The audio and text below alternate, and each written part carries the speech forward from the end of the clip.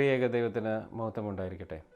നാം നോമ്പിൻ്റെ ഈ കാലയളവിലൂടെ കടന്നു പോകുമ്പോൾ എന്താണ് നോയമ്പ്, എന്തിനു വേണ്ടിയാണ് സഭ നോമ്പ് ക്രമീകരിച്ചിരിക്കുന്നത് എന്നതിനെക്കുറിച്ച് നമുക്ക് അല്പം നേരം ചിന്തിക്കാം.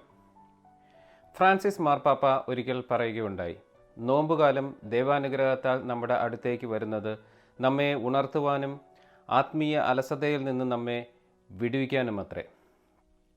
ആത്മീയ അലസതയുണ്ട്. ഒരു കാലഘട്ടത്തിൽ ആത്മീയ തീക്ഷ്ണതയുള്ളവരായിരുന്നു നിങ്ങൾ. പ്രാർത്ഥനാ യോഗങ്ങൾക്ക് പോകും, പ്രാർത്ഥനയിൽ ഉത്സാഹമുള്ളവരായിരുന്നു, പ്രാർത്ഥിക്കുമ്പോൾ ഉള്ളു തകരുന്നവരായിരുന്നു. പക്ഷേ വെളിച്ചം മങ്ങിപ്പോയി. ഒരു കാലത്ത് ദൈവം ചെയ്ത നന്മയോർത്ത് ഹൃദയത്തിൽ നന്ദി കവിഞ്ഞൊഴുകുമായിരുന്നു.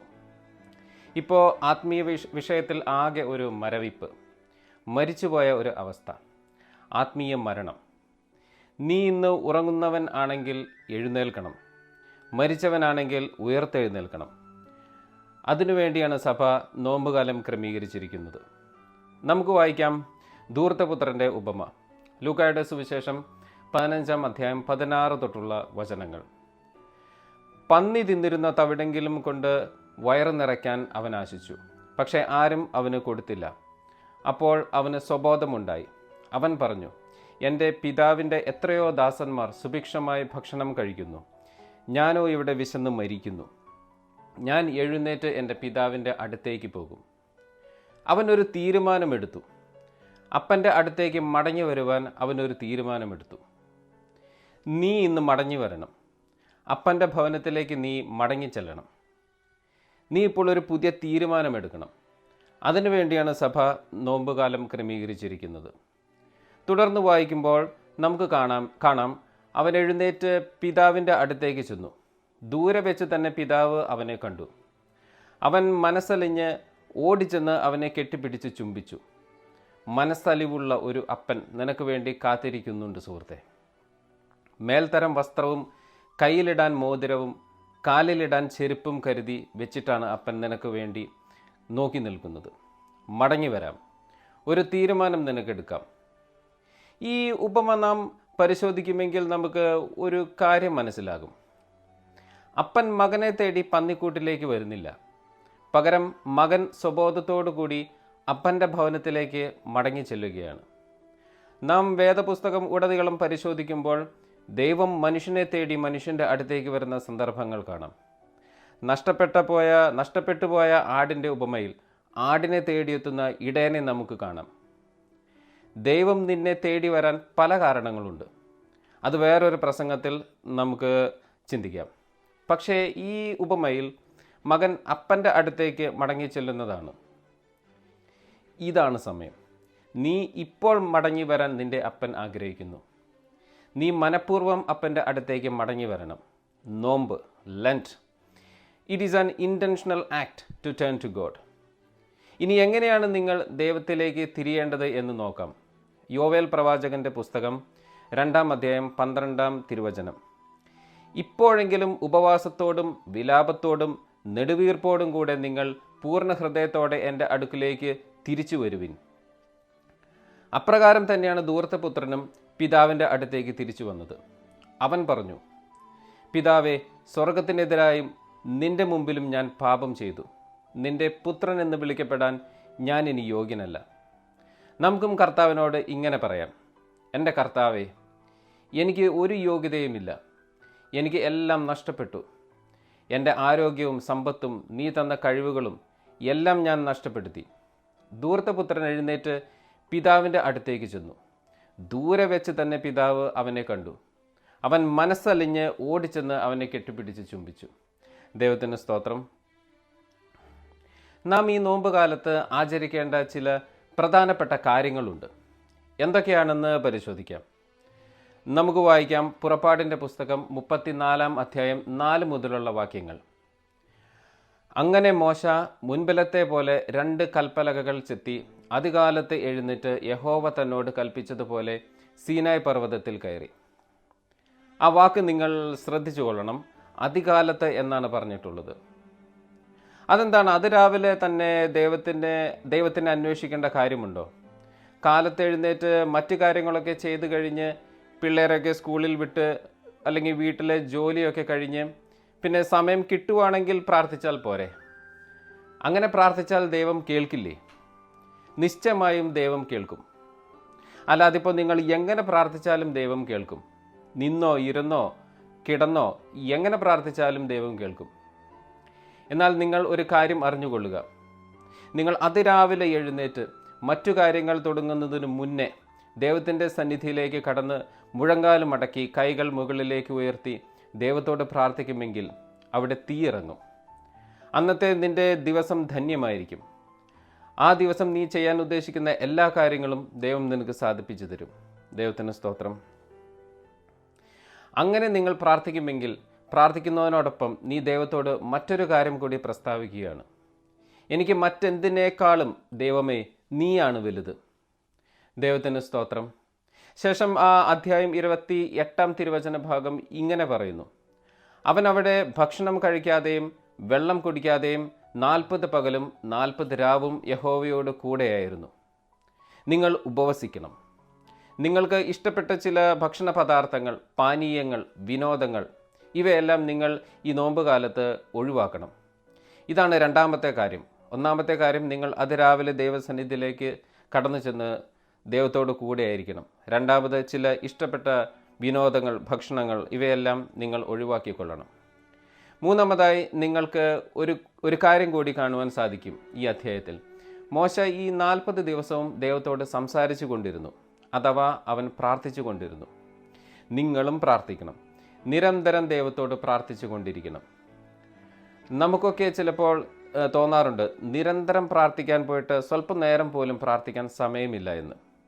നിങ്ങൾക്ക് തോന്നിയിട്ടുണ്ടോ എന്ന് എനിക്കറിയില്ല. എന്നാൽ എനിക്ക് പലപ്പോഴും തോന്നാറുണ്ട്.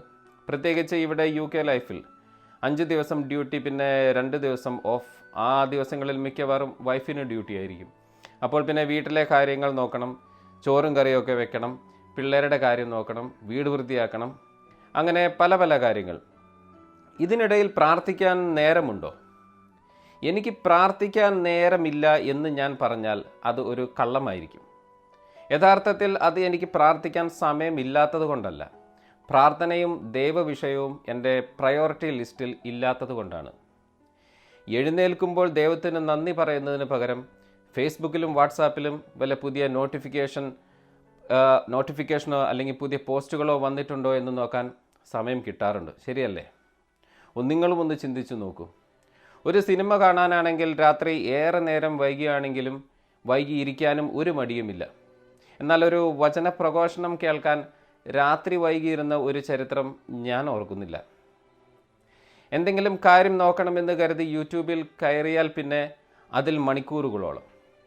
എന്തിനു വേണ്ടിയാണ് കയറിയെന്ന് പോലും ഒരു ഓർമ്മയും കിട്ടില്ല. ദൈവത്തിന് സ്തോത്രം. തിരുത്തണം. നീ തിരുത്തണം. ഞാൻ തിരുത്തണം. ജീവിതത്തിൽ മാറ്റം വരുത്തണം. ഞാൻ കേട്ടിട്ടുണ്ട് നമ്മുടെ ജീവിതം ഒരു റബ്ബർ പെൻസിൽ പോലെയാണെന്ന്. ഒരറ്റത്ത് കൂർത്ത മൊനയുണ്ട്, മറ്റേ അറ്റത്ത് റബ്ബറും. ഒരുപക്ഷേ ഈ കൂർത്ത മൊന ഉപയോഗിച്ച് മോശപ്പെട്ട ചില ചിത്രങ്ങൾ നിങ്ങൾ വരച്ചിട്ടുണ്ടാവും ജീവിതത്തിൽ. എന്നാൽ ഓർക്കൂ, മറ്റേ അറ്റത്ത് എല്ലാം നിങ്ങൾ വരച്ച വരകളെല്ലാം മായ്ക്കാൻ കഴിയുന്ന ഒരു റബ്ബറുണ്ട്. നിങ്ങൾക്ക് ജീവിതം തിരുത്താൻ പറ്റും. ഈ സുവിശേഷം ഞാൻ നിങ്ങളോട് സുവിശേഷിക്കുന്നതിന് മുമ്പ് ഞാൻ എന്നോട് തന്നെയാണ് സുവിശേഷിക്കുന്നത്. ദൈവത്തിന് സ്തോത്രം. ശേഷം 34-ാം അധ്യായം 29 മുതലുള്ള വാക്യങ്ങളിൽ നമുക്ക് കാണാം, അവൻ തന്നോട് അരുളി ചെയ്തത് നിമിത്തം തൻ്റെ മുഖത്തിൻ്റെ ത്വക്ക് പ്രകാശിച്ചു എന്ന് മോശ സാക്ഷ്യത്തിൻ്റെ പലക രണ്ടും കയ്യിൽ പിടിച്ചുകൊണ്ട് സീനായി പർവ്വതത്തിൽ നിന്ന് ഇറങ്ങുമ്പോൾ അറിഞ്ഞില്ല. ദൈവത്തോട് സംസാരിച്ചതിന് പ്രകാരം, ദൈവത്തോടു കൂടെ 40 രാവും പകലും ഇരുന്നതിന് പ്രകാരം മോശയുടെ മുഖത്തിൻ്റെ തൊലി വെട്ടിത്തിളങ്ങി. അത് പാവം മോശ അറിഞ്ഞില്ല. നീയും പ്രാർത്ഥിച്ച് ഉപവസിച്ച് നിൻ്റെ മുറിയിൽ നിന്ന് പുറത്തേക്ക് ഇറങ്ങുമ്പോൾ നിനക്ക് പ്രത്യേകിച്ച് മാറ്റമൊന്നും തോന്നണമെന്നില്ല. നമ്മൾ മെഡിറ്റേഷനൊക്കെ ചെയ്യുമ്പോൾ നമുക്ക് മനസ്സിന് കിട്ടുന്ന ആശ്വാസമോ ഒരു സമാധാനമോ ഒന്നും തോന്നണമെന്നില്ല. അതൊക്കെ നിൻ്റെ മാനസിക തലത്തിൽ ഉണ്ടാകുന്ന അനുഭവങ്ങളാണ്. എന്നാൽ നിൻ്റെ ആത്മീയ തലത്തിൽ, നിൻ്റെ ആത്മീയ മേഖലയിൽ, നിൻ്റെ ആത്മീയ മണ്ഡലത്തിൽ നീ ഒരു അലർന്ന സിംഹമായി മാറും. താഴോട്ട് വായിക്കുമ്പോൾ കാണാം, അഹരോനും ഇസ്രായേൽ മക്കളും മോശയെ നോക്കിയപ്പോൾ അവൻ്റെ മുഖത്തിൻ്റെ ത്വക്ക് പ്രകാശിക്കുന്നത് കണ്ടു. അതുകൊണ്ട് അവർ അവൻ്റെ അടുത്ത് ചെല്ലാൻ ഭയപ്പെട്ടു. ഉപവസിച്ച് പ്രാർത്ഥിക്കുന്ന നിൻ്റെ അടുക്കൽ വരാൻ പേടിക്കുന്ന ദുരാത്മ സേനകളുണ്ട്. ഓർത്തുകൊള്ളണം, നിനക്ക് പോരാട്ടമുണ്ട്. ആരോടാണ് നിന്റെ പോരാട്ടം? എഫേസ്യർക്ക് എഴുതിയ ലേഖനം 6:12. നമുക്ക് പോരാട്ടം ഉള്ളത് ജഡരക്തങ്ങളോടല്ല, വാഴ്ചകളോടും അധികാരങ്ങളോടും ഈ അന്ധകാരത്തിൻ്റെ ലോകാധിപതികളോടും സർവ്വലോകങ്ങളിലെ ദുഷ്ടാത്മസേനയോടും അത്രേ. ഒറ്റ വാക്കിൽ പറഞ്ഞാൽ നിനക്ക് പോരാട്ടമുള്ളത് സാത്താനോടാണ്, ലൂസിഫറിനോട്. ഒരു തരത്തിലും നിങ്ങൾക്ക് ലൂസിഫറിനോട് സ്നേഹമോ ആരാധനയോ തോന്നരുത്. ഒരു തരത്തിലും നിങ്ങൾ ലൂസിഫറിന് മഹത്വം കൊടുക്കരുത്, അത് അവൻ്റെ നാമത്തോടാണെങ്കിൽ കൂടിയും. ആരാധന എന്ന് പറയുമ്പോൾ നിങ്ങളുടെ മനസ്സിൽ എന്താണ് കടന്നു വരുന്നത്? പിശാച് കൊമ്പും ചുവന്ന നാക്കും ചോര കണ്ണുകളുമായി നിൽക്കുന്നു, നമ്മൾ അതിൻ്റെ മുൻപിൽ കൈകൂപ്പി നിൽക്കുന്നു. അതാണോ സാത്താൻ ആരാധന? എനിക്ക് തോന്നുന്നു ലോകത്തിലെ ഭൂരിഭാഗം ആൾക്കാരുടെയും ചിന്താഗതി ഇങ്ങനെയാണെന്ന്. 2 കൊരിന്ത്യർ 2:11 ഇപ്രകാരം പറഞ്ഞു: സാത്താൻ നമ്മെ തോൽപ്പിക്കരുത്, അവൻ്റെ തന്ത്രങ്ങളെ നാം അറിയാത്തവരല്ലല്ലോ. നിങ്ങൾക്ക് അവൻ്റെ തന്ത്രങ്ങൾ അറിയാത്തത് കൊണ്ടാണ് തെറ്റുപറ്റി പോകുന്നത്. ഇല്ലെങ്കിൽ എമ്പുരാൻ പോലത്തെ സിനിമ തലയ്ക്ക് വെളിവുള്ള ക്രിസ്ത്യാനികൾ ഒന്നും പോയി കാണത്തില്ല. നിങ്ങൾക്ക് വലിയ തെറ്റുപറ്റിയിരിക്കുന്നു. പിശാച് വളരെ തന്ത്രശാലിയാണ്. നിങ്ങളുടെ മനസ്സിലേക്ക് അവൻ കടന്നു വരുന്നത് നിങ്ങൾ പോലും അറിയില്ല.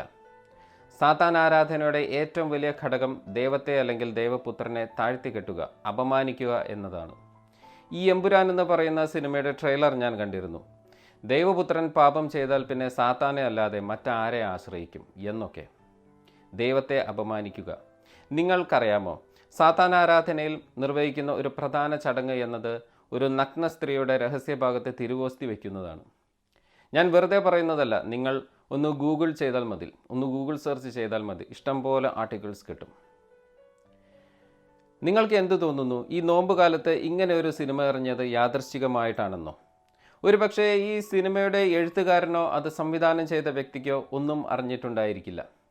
എന്നാൽ ഇതിൻ്റെ എല്ലാം പിന്നിൽ പ്രവർത്തിക്കുന്ന ഒരു ശക്തിയുണ്ട്, ഒരു ദുരാത്മ ശക്തിയുണ്ട്. എതിർ ക്രിസ്തുവിൻ്റെ വരവിൻ്റെ മുന്നോടിയായി അവൻ വഴിയൊരുക്കുകയാണ്. അവൻ്റെ വരവിന് മുൻപ് അവനോട് ജനങ്ങൾക്ക് ഒരു ആരാധനാ മനോഭാവം ഉണ്ടായിരിക്കണം. അവനെ ജനങ്ങൾ സ്നേഹിക്കണം. ഇപ്രകാരമുള്ള സിനിമ കാണുന്നതിലൂടെ നിങ്ങൾ അറിഞ്ഞോ അറിയാതെയോ സാത്താൻ ആരാധനയുടെ ഒരു ഭാഗമായി മാറിക്കഴിഞ്ഞു സുഹൃത്തെ. നിങ്ങൾക്ക് ഈ നിസ്സാരമായ സാത്താൻ്റെ വഞ്ചന മനസ്സിലാക്കാൻ കഴിഞ്ഞില്ലെങ്കിൽ 666 എന്ന എതിർ ക്രിസ്തുവിൻ്റെ അടയാളം ഈ ലോകത്തിൽ വെളിപ്പെടുമ്പോൾ നിങ്ങൾ എങ്ങനെ മനസ്സിലാക്കും? നിങ്ങൾക്ക് എന്തു തോന്നുന്നു? ആൾക്കാർ 666 എന്ന നമ്പർ നെറ്റിയിൽ പച്ചകുത്തി കൊണ്ട് നടക്കുമെന്നോ? നോ. വെളിപാടിൻ്റെ പുസ്തകം 13:18 അവിടെ ഇപ്രകാരമാണ് എഴുതിയിരിക്കുന്നത്: ബുദ്ധിയുള്ളവൻ മൃഗത്തിൻ്റെ സംഖ്യ ഗണിക്കട്ടെ. എനിക്ക് വളരെ ഇഷ്ടപ്പെട്ട ഒരു വാക്യമാണത്. ബുദ്ധിയുള്ളവൻ ഗണിക്കട്ടെ. It will be very tricky. ബുദ്ധിയുള്ളവൻ അത് മനസ്സിലാക്കും. അല്ലാത്തവർ ഇതുപോലെ വെളിവില്ലാതെ പിശാചനോട് ചേർന്ന് പ്രവർത്തിക്കും. രസകരമായ കാര്യം എന്താണെന്ന് വെച്ചാൽ, ഞാൻ കഴിഞ്ഞ ദിവസം സോഷ്യൽ മീഡിയ പ്ലാറ്റ്ഫോമായ ത്രെഡ്സ് ഒന്ന് ഓപ്പൺ ചെയ്തപ്പോൾ അതിൽ ഒരു പുരോഹിതനിരുന്ന് മോങ്ങുന്നത് കണ്ടു. എമ്പുരാൻ സിനിമയ്ക്ക് ടിക്കറ്റ് നോക്കിയിട്ട് കിട്ടിയില്ല എന്നൊക്കെ പറഞ്ഞ്. എനിക്കൊന്നേ പറയാനുള്ളൂ, ഞാൻ ആരാധിക്കുന്ന എൻ്റെ കർത്താവ് യേശു ക്രിസ്തു പാപം അറിയാത്തവനാണ്. പാപം അറിയാത്ത ഒരു മനുഷ്യൻ ഈ ലോകത്ത് ജീവിച്ചിട്ടുണ്ടെങ്കിൽ അത് യേശു ക്രിസ്തു എന്ന ദൈവപുത്രനാണ്. അത് ലൂസിഫറിനും അറിയാം. അതുകൊണ്ടാണ് അവൻ ഭോഷ്ക് പറയുന്നവനും അതിൻ്റെ അപ്പനും ആകുന്നു എന്ന് യേശു പറഞ്ഞത്.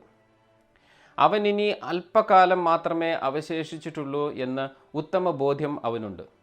വെളിപാടിൻ്റെ പുസ്തകം 20:10 അവരെ വഞ്ചിച്ച പിശാചിനെ മൃഗവും കള്ളപ്രവാചകനും കിടക്കുന്ന ഗന്ധക തീപ്പൊയ്കയിലേക്ക് തള്ളിയിടും.